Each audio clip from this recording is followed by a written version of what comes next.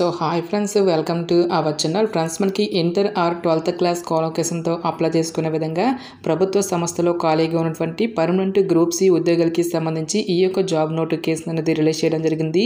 ఈ యొక్క పోస్ట్కి సెలెక్ట్ అయినటువంటి క్యాండిడేట్స్కి మంత్లీ వచ్చేసరికి 35,000కి పైగా మనకి శాలరీ అనేది రావడం జరుగుతుంది గైస్. ఎలాంటి ఎక్స్పీరియన్స్ అనేది కూడా ఉండాల్సినటువంటి అవసరం తెలియదు. ఈ విధంగా ఈ యొక్క నోటిఫికేషన్కి సంబంధించి కంప్లీట్ డీటెయిల్స్ అన్నిటినీ కూడా ఈ యొక్క వీడియోలో డిస్కస్ అయితే చేద్దాం. సో ఎవరు కూడా స్కిప్ అయితే చేయదు గైస్. ఫస్ట్ టైం మన ఛానల్ని విజిట్ చేస్తున్నట్లయితే కనుక సబ్స్క్రైబ్ అయితే చేసుకుని బెల్ ఐకాన్ కూడా యాక్టివేట్ చేసి పెట్టుకోండి. ఇంకా ఎవరైనా వీడియోని లైక్ చేయనట్లయితే కనుక డెఫినెట్గా వీడియోని లైక్ చేసేటువంటి ప్రయత్నం అయితే చేయండి guys. Okay, let's start the video. Friends, ఈ యొక్క పోస్టులకి సంబంధించి ముందుగా ఇంపార్టెంట్ డేట్స్ కనుక చూసుకున్నట్లయితే కనుక ఆల్రెడీ మనకి February 10th నుంచి కూడా అప్లికేషన్ ప్రాసెస్ అనేది స్టార్ట్ కావడం జరిగింది. ఇక లాస్ట్ డేట్ విషయానికి వచ్చేటైతే కనుక March 10th వరకు కూడా ఈ యొక్క రిక్రూట్మెంట్కి ఆన్లైన్లో అప్లికేషన్స్ అనేవి సబ్మిట్ అయితే చేసుకోవాల్సి అయితే ఉంటుంది. సో ఇక పోస్టులకి సంబంధించి అప్లై లింక్స్ అన్నిటినీ కూడా వీడియో డిస్క్రిప్షన్లోనూ కామెంట్ సెక్షన్ అయితే ప్రొవైడ్ అయితే చేస్తాను గైస్.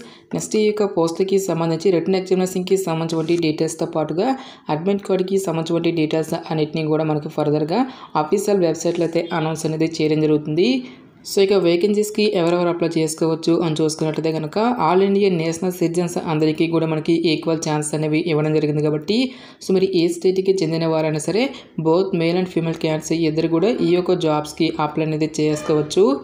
సో పోస్టుల వారిగా వేకెన్సీస్కి సంబంధించిన డీటెయిల్స్తో పాటు పే స్కేలు నెక్స్ట్ మనకి ఎడ్యుకేషనల్ క్వాలిఫికేషన్ కనుక చూసుకున్నట్లయితే కనుక ఈ యొక్క నోటిఫికేషన్ ద్వారా మనకి డిఫరెంట్ డిసిప్లిన్స్లలో ఖాళీగా ఉన్నటువంటి పర్మనెంట్ జూనియర్ సెక్రటరేట్ అసిస్టెంట్ ఉద్యోగులకి సంబంధించి ఈ యొక్క జాబ్ నోటిఫికేషన్ అనేది రిలీజ్ చేయడం జరిగింది. సో టోటల్గా ఇక్కడ మనకి 7 వేకెన్సీ అనేవి కేటాయించడం జరిగింది. సో ఈ యొక్క పోస్ట్కి సెలెక్ట్ అయినటువంటి క్యాండిడేట్స్కి సెంట్రల్ గవర్నమెంట్ లెవెల్ 2 ప్రకారం మనకి బేసిక్ పైన 19,900 రూపీస్ అనేది పే చేయడం జరుగుతుంది. సో ఈ యొక్క బేసిక్ తో పాటు చాలా రకాల కేంద్ర ప్రభుత్వానికి సంబంధించి అలవెన్సెస్ అనేవి కూడా మనకి పే చేయడం జరుగుతుంది కాబట్టి ఈ విధంగా అన్ని అలవెన్సెస్ కలుపుకుంటే దాదాపుగా మనకి 36,000కి పైగా మనకి శాలరీ అనేది రావడం జరుగుతుంది. సో ఇక సచివాలయ అసిస్టెంట్ ఉద్యోగాలకి సంబంధించి అప్లై చేసుకోవడానికి మీకు ఉండాల్సినటువంటి ఏజ్ లిమిట్ విషయానికి వచ్చేట్లయితే కనుక March 10th 2025 నాటికి మీకు మినిమం ఏజ్ అనేది 18 years అయితే కంప్లీట్ అయి ఉండాలి. జనరల్ అభ్యర్థులు వచ్చరికి 28 years వరకు కూడా అప్లై అనేది చేసుకోవచ్చు. నెక్స్ట్ మనకి క్యాస్ట్ వరకు కూడా ఏజ్ రిలాక్సేషన్స్ అనేవి ఉంటాయి కాబట్టి ఓబీసీ క్యాండిడేట్స్ వచ్చేసరికి 31 years వరకు, ఎస్సీ ఎస్టీ క్యాండిడేట్స్ వచ్చేసరికి 33 years, నెక్స్ట్ పీడబ్ల్యూడీ క్యాండిడేట్స్ వచ్చేసరికి 38 years వరకు కూడా అప్లై చేసుకోవడానికి ఛాన్స్ అనేది కల్పిస్తూ ఉన్నారు. నెక్స్ట్ ఎసెన్షియల్ ఎడ్యుకేషనల్ క్వాలిఫికేషన్ విద్యా అర్హత విషయానికి వచ్చేట్లయితే కనుక 10+2 ఆర్ ఇట్స్ ఈక్వలెంట్ క్వాలిఫికేషన్ అని చెప్పేసి మెన్షన్ చేయడం జరిగింది కాబట్టి సో ఇప్పుడు ఈ విభాగంలో ఇంటర్ పాస్ అయినా, ఐటీఐ చేసిన, డిప్లొమా కంప్లీట్ చేసినా సరే ఈ యొక్క జాబ్స్కి మీరు అప్లై అనేది చేసుకోవచ్చు. ఎలాంటి ఎక్స్పీరియన్స్ అనేది కూడా ఉండాల్సినటువంటి అవసరం అయితే లేదు గైస్. సో దీంతో పాటుగా మనకి కంప్యూటర్కి సంబంధించిన నాలెడ్జ్తో పాటుగా టైపింగ్కి సంబంధించిన స్కిల్స్ అనేవి మీకు ఉండాల్సి అయితే ఉంటుంది.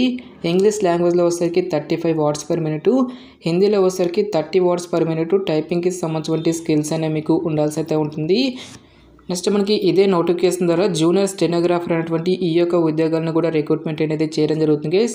ఈ యొక్క పోస్ట్కి సెలెక్ట్ అయినటువంటి క్యాండిడేట్స్కి అన్ని అలవెన్సెస్ కలుపుకుంటే దాదాపుగా మనకి 49,000 వరకు కూడా శాలరీ అనేది రావడం జరుగుతుంది. ఈ యొక్క పోస్ట్కి వచ్చేసరికి మీకు మినిమం ఏజ్ అనేది 18 years అయితే కంప్లీట్ అయి ఉండాలి. జనరల్ అభ్యర్థులు వచ్చేసరికి 27 years వరకు కూడా అప్లై అనేది చేసుకోవచ్చు.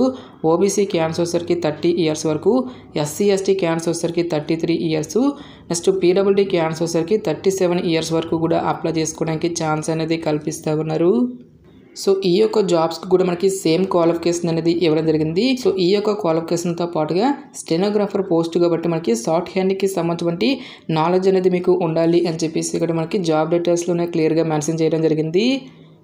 సో ఇక్కడ మనకి ఏ క్యాస్ట్ వరకు ఎన్నెన్ని వేకెన్సీ అనేవి కేటాయించినటువంటి డీటెయిల్స్ అన్నిటిని కూడా మనకి ఇక్కడ నోటిఫికేషన్లో ఇవ్వడం జరిగింది. అన్ని క్యాస్ట్ల వరకు కూడా వేకెన్సీ అనేవి కేటాయించడం జరిగింది గైస్.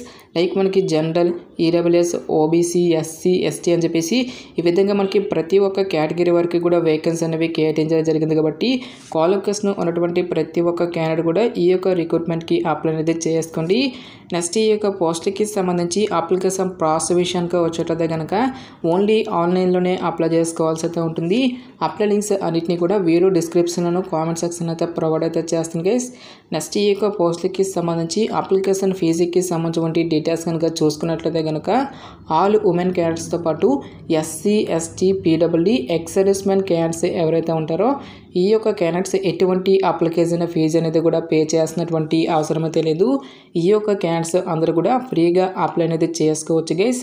సో రిమైనింగ్ కేటగిరీకి చెందినటువంటి క్యాండిడేట్స్ అందరూ కూడా 500 రూపీస్ అప్లికేషన్ ఫీజు అనే దాన్ని ఆన్లైన్లో పే చేయాల్సి అయితే ఉంటుంది. నెక్స్ట్ ఈ యొక్క నోటిఫికేషన్ ద్వారా భర్తీ చేసినటువంటి ఈ యొక్క పోస్టులకి సంబంధించి సెలక్షన్ ప్రాసెస్ అనేది ఏ విధంగా ఉంటుంది అని చూసుకున్నట్లయితే కనుక సో ఇక్కడ మనకి సచివాలయ అసిస్టెంట్ ఉద్యోగాలకి సంబంధించి డీటెయిల్గా ఇక్కడ మనకి సిలబస్ అనేది మెన్షన్ చేయడం జరిగింది.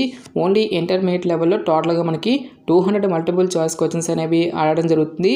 2.5 hours పాటు కూడా మనకి ఈ యొక్క ఎగ్జామినేషన్ అనేది కండక్ట్ చేయడం జరుగుతుంది గైస్.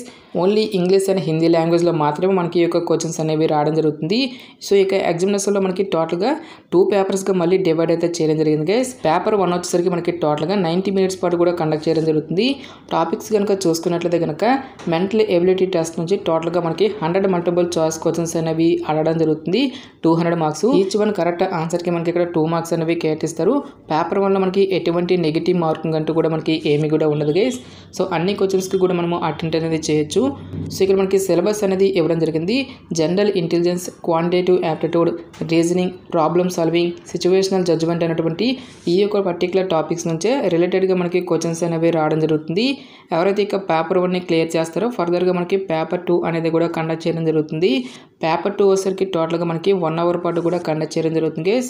జనరల్ అవేర్నెస్ నుంచి 50 క్వశ్చన్స్, ఇంగ్లీష్ లాంగ్వేజ్ నుంచి 50 క్వశ్చన్స్ అనేవి ఆడడం జరుగుతుంది. ఈచ్ వన్ కరెక్ట్ ఆన్సర్కి ఇక్కడ మనకి 3 మార్క్స్ అనేవి కేటాయిస్తారు. ప్రతి రాంగ్ ఆన్సర్కి కూడా మనకి 1 మార్క్ అనేది డిడక్ట్ చేయడం జరుగుతుందని చెప్పేసి ఇక్కడ మనకి జాబ్ డీటెయిల్స్లోనే క్లియర్గా మెన్షన్ చేయడం జరిగింది. ఎవరైతే ఇక రిటర్న్ ఎగ్జామినేషన్ క్లియర్ చేసినటువంటి క్యాండిడేట్స్కి ఫర్దర్గా మనకి టైపింగ్కి సంబంధించిన స్కిల్ టెస్ట్ అనేది కూడా కండక్ట్ చేసేసి ఈ యొక్క వేకెన్సీస్కి ఎంపిక అనేది చేయడం జరుగుతుంది. నెక్స్ట్ ఇక్కడ మనకి స్టెనోగ్రాఫర్ పోస్ట్కి సంబంధించిన డీటెయిల్ సిలబస్ అనేది కూడా మనకి ఇక్కడ నోటిఫికేషన్లో ఇవ్వడం జరిగింది. ఈ యొక్క పోస్ట్కి కూడా మనకి టోటల్గా 200 మల్టిపుల్ చాయిస్ క్వశ్చన్స్ అనేవి ఆడడం జరుగుతుంది. టాపిక్స్ కనుక చూసుకున్నట్లయితే కనుక జనరల్ ఇంటెలిజెన్స్ అండ్ రీజనింగ్ నుంచి మనకి 50 క్వశ్చన్స్, జనరల్ అవేర్నెస్ నుంచి 50 questions, English language and comprehension నుంచి టోటల్గా మనకి 100 మల్టిపుల్ చాయిస్ క్వశ్చన్స్ అనేవి ఆడడం జరుగుతుంది. సో ఈచ్ వన్ కరెక్ట్ ఆన్సర్కి ఇక్కడ మనకి 1 మార్క్ అనేది కేటాయిస్తారు. ప్రతి రాంగ్ ఆన్సర్కి కూడా మనకి 1/4 నెగిటివ్ మార్కింగ్ అనేది కూడా ఉంటుంది. సో 4 మిస్టేక్స్కి 1 మార్క్ అనేది డిడక్ట్ చేయడం జరుగుతుంది అని చెప్పేసి ఇక్కడ మనకి జాబ్ డీటెయిల్స్లోనే క్లియర్గా ఇవ్వడం జరిగింది. ఎవరైతే ఇక రిటర్న్ ఎగ్జామినేషన్ క్లియర్ చేసినటువంటి క్యాండిడేట్స్కి ఫర్దర్గా మనకి స్టెనోగ్రఫీకి సంబంధించిన స్కిల్ టెస్ట్ అనేది కూడా కండక్ట్ చేయడం జరుగుతుంది. సో ఇక స్కిల్ టెస్ట్లు అన్నీ కూడా మనకి జస్ట్ క్వాలిఫై నేచర్లో మాత్రమే ఉంటాయి గైస్. ఫైనల్ మెరిట్ అనేది మాత్రం ఓన్లీ రిటర్న్ ఎగ్జామినేషన్లో వచ్చేటువంటి మార్క్స్ని బేస్ చేసుకొని అభ్యర్థులను అయితే షార్ట్ లిస్ట్ అయితే చేయడం జరుగుతుంది. నెక్స్ట్ ఎగ్జామినేషన్ సెంటర్స్కి సంబంధించిన డీటెయిల్స్ అన్నింటినీ కూడా ఫర్దర్గా మనకి ఆఫీషియల్ వెబ్సైట్లో అయితే అనౌన్స్ అనేది చేయడం జరుగుతుంది గైస్. సో ఇక జాబ్ నోటిఫికేషన్ అనేది మనకి ఎక్కడి నుంచి వచ్చింది అని చూసుకున్నట్లయితే కనుక సో గవర్నమెంట్ ఆఫ్ ఇండియా కింద పనిచేస్తున్నటువంటి సెంట్రల్ డ్రగ్ రీసెర్చ్ ఇన్స్టిట్యూట్ అనేటువంటి ఈ యొక్క కేంద్ర ప్రభుత్వ సంస్థ నుంచి ఆఫీషియల్గా రిలీజ్ అయినటువంటి ఈ యొక్క పర్మనెంట్ జూనియర్ సెక్రటరేట్ అసిస్టెంట్ ఉద్యోగాలకి సంబంధించిన job notification details interest eligible candidates డెఫినెట్గా ఈ యొక్క రిక్రూట్మెంట్కి అప్లై అనేది చేసుకోండి. సో ఇక పోస్ట్లకి సంబంధించిన లింక్స్ అన్నింటినీ కూడా వీడియో డిస్క్రిప్షన్లోనూ కామెంట్ సెక్షన్ అయితే ప్రొవైడ్ అయితే చేస్తాం గైస్. ఇంకా ఈ యొక్క నోటిఫికేషన్కి సంబంధించి మీకు ఎటువంటి డౌట్స్ వచ్చినా సరే నాకు కామెంట్ సెక్షన్లో కామెంట్ అయితే చేయండి. ఎటువంటి మరిన్ని జాబ్ అప్డేట్స్ కోసం మన ఛానల్ని సబ్స్క్రైబ్ చేసుకుని బెల్ ఐకాన్ కూడా యాక్టివేట్ చేసి పెట్టుకోండి. సో ఇది ఫ్రెండ్స్ ఇవాల్టి వీడియో. రేపు మరొక మంచి జాబ్ అప్డేట్తో మళ్ళీ మీ ముందుకు రావడం జరుగుతుంది. Thanks for watching. Have a nice day.